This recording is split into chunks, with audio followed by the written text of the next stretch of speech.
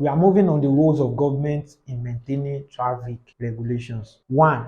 Ensuring traffic lights are erected in strategic locations. That is, the government in its economy should site functioning traffic lights at different junctions and intersections. 2.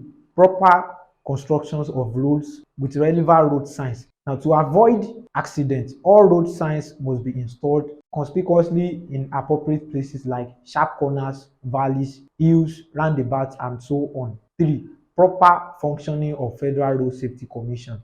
That is, the government should give adequate support and equipment to the Federal Road Safety Commission for their effective functioning. 4. Severe punishment of traffic offenders.